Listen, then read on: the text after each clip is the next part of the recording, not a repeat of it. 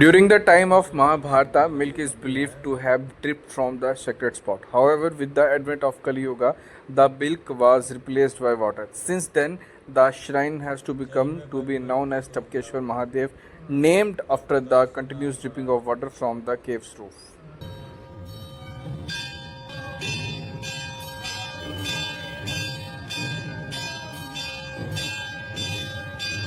Welcome viewers to my next episode on G Krish Bhakti TV.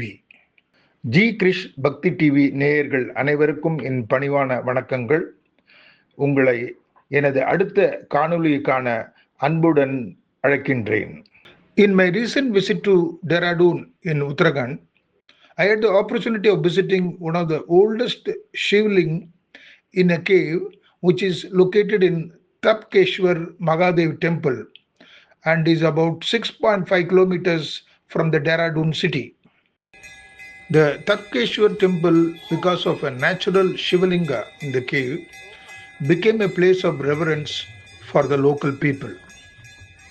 It is also believed that this cave was used as a residence by Dronacharya, the teacher of Pandavas and Kauravas in the Hindu epic Mahabharata.